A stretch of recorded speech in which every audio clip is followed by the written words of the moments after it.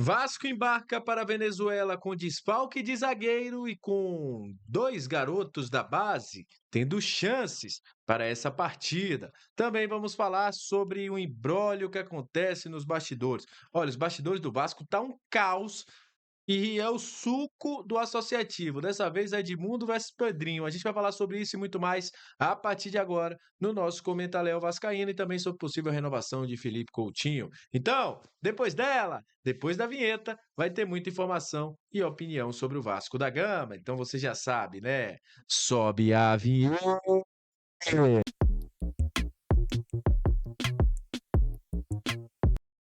Salve, salve, minha galera do Comenta Léo, saudações vascaínas, estamos entrando no ar para falar de Vasco, aquele abraço para você que está sempre junto com a gente, que curte, compartilha, que se inscreve no nosso canal, que deixa o seu comentário, muito obrigado a você que está chegando pela primeira vez, seja muito bem-vindo, eu sou o Léo, aqui é lugar de análise, informação, opinião, tudo que envolve o Vasco está aqui, é um prazer imenso ter você junto com a gente. E olha, vamos falar de Vasco a partir de agora, vamos trazer as informações do gigante da colina, porque o Vasco está sem um novo técnico, né? O nosso, sem o seu técnico, na verdade, o nosso Carille foi demitido. O Carille acabou não conseguindo suportar a pressão e o time não vinha jogando bem. E alguns nomes já surgiram nas redes sociais, nos noticiários, como possíveis novos técnicos do Vasco. E a gente vai fazer uma análise de cada um deles. Primeiro, falando aí sobre o favorito. Por quê? Por que o favorito? Porque o Pedrinho já demonstrou quando era o comentarista da TV Globo, do Grupo Globo, o apreço pelo trabalho do Fernando Diniz. E também alguns podcasts falando sobre o trabalho do Fernando Diniz, sobre como ele gostava do trabalho do Fernando Diniz. E aí, falando sobre isso, a gente foi buscar como foram os últimos trabalhos do Fernando Diniz. A gente sabe que o Fernando Diniz foi campeão da Libertadores, jogando muito bem, mas aí começa a sucumbir com aquele 4-0 contra o Manchester City. Depois o ano de 2024 não começa bem, um time na zona de rebaixamento, atolado na zona de rebaixamento, é demitido do Fluminense e depois vai para o Cruzeiro, onde não tem bons números, onde não consegue fazer o time do Cruzeiro jogar. Foi mantido para o ano de 2025, a situação continua a mesma, o time não consegue jogar bola e Fernando Diniz acaba sendo demitido. E aí ele surge como a opção para o Vasco, para retornar ao Vasco, onde esteve lá na Série B de 2021 e acabou não conseguindo o objetivo do acesso, já que ele chegou aí na reta final do Campeonato Brasileiro da Série B. Ele já falou que quer retornar ao Vasco. Mas quais as ideias de Fernando Diniz? Todo mundo está cansado de saber que Fernando Diniz é um cara que gosta muito que seus times joguem com uma pressão alta, que vá para cima marcar o time adversário, que faça esse sufoco no time adversário, um time que joga com a linha mais alta, um time que joga aproximado. O Fernando Diniz gosta muito disso, um time que aglomera jogadores na zona da bola. Você costuma ver aí nos vídeos de análises que fazem do Fernando Diniz, quando tem aí 8, 7 jogadores na linha da bola. Ele gosta de aglomerar jogadores ali para ter um melhor nível de passe, para que o time consiga trocar passes melhor e que saia da pressão do adversário.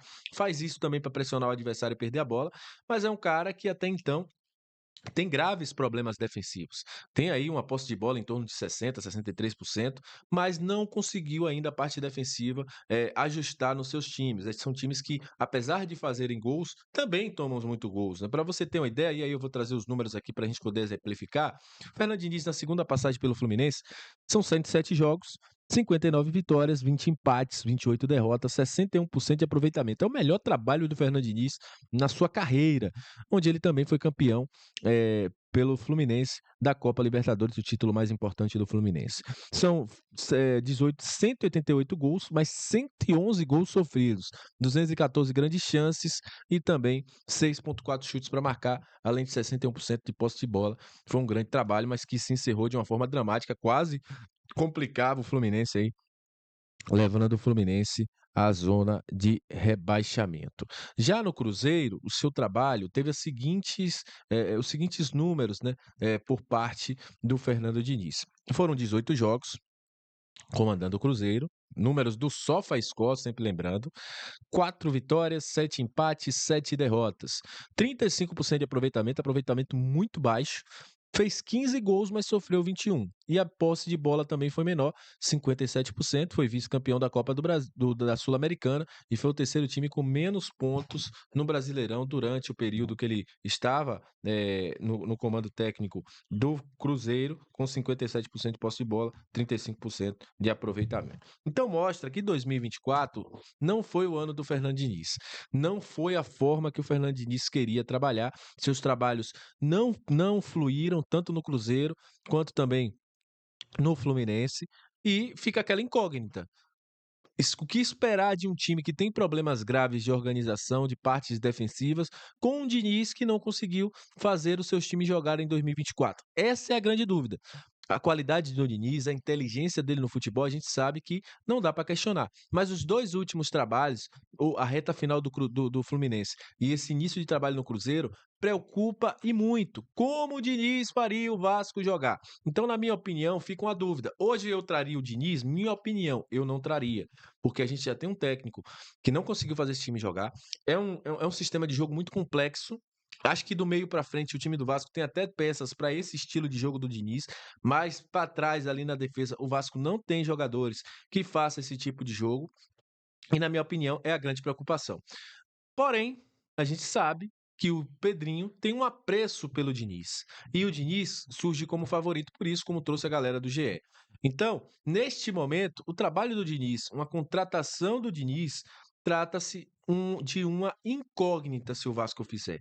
Eu não vejo hoje como o cara que seria a solução do Vasco, o cara que vai mudar o gigante da colina. Não vejo com isso. Acho que seja um cara que que está nesse momento numa prateleira de dúvida. O Vasco tem uma dúvida e o torcedor vascaíno tem uma grande dúvida de como o Diniz renderia no Vasco da Gama. Outros nomes surgiram aí, como Jorginho, como Thiago Carpini, mas eu acho que hoje o Vasco teria que buscar alguém que conhece, alguém que tenha ideias boas. Muita gente falando de Rafael Paiva, que para mim fez com que aquele elenco, que não era tão bom assim, jogasse bola e salvou o Vasco, colocando o Vasco até em situação de Libertadores, ou até mesmo o William Batista, que é um cara que também conhecia o Vasco e que nesse momento também foi especulado no próprio Santos, que vê o William Batista com boas ideias. Ou você busca lá fora, se faz uma busca grande, busca um técnico do futebol sul-americano que tenha boas ideias, mas que você dê a ele ali uma ideia de que fala assim, ó, você vai ter um tempo para trabalhar e explique à torcida por que essa contratação. Não vejo um mercado com grandes opções, já falava isso em outro momento, mas não dava também para você continuar com o Carille, que era um trabalho ruim. O jogo contra o Cruzeiro evidenciou isso. As mexidas do Carille, tirar o zagueiro Lucas Freitas, colocar Alex Teixeira, não conseguir mexer da forma que deveria mexer, deixar o Felipe Coutinho no campo durante 90 minutos se arrastando. Enfim, algumas escolhas que foram bem controversas do Fábio Carille, manter o Zuccarello no banco, na semana passada ter colocado o Zuccarello faltando 5 minutos para acabar o jogo. Enfim, são coisas que acabam deixando o trabalho do nosso Carille ruim. E Fernando Diniz surge como uma grande opção. E eu quero a sua opinião. O que é que você acha do trabalho do Diniz? Você contrataria ele para o Vasco? Deixa aqui nos comentários. Já te convido a seguir, a compartilhar, a vir para o nosso Comenta Léo e até a próxima. Deixe seu comentário aqui que eu quero a sua opinião. Muito obrigado pela sua audiência. Valeu.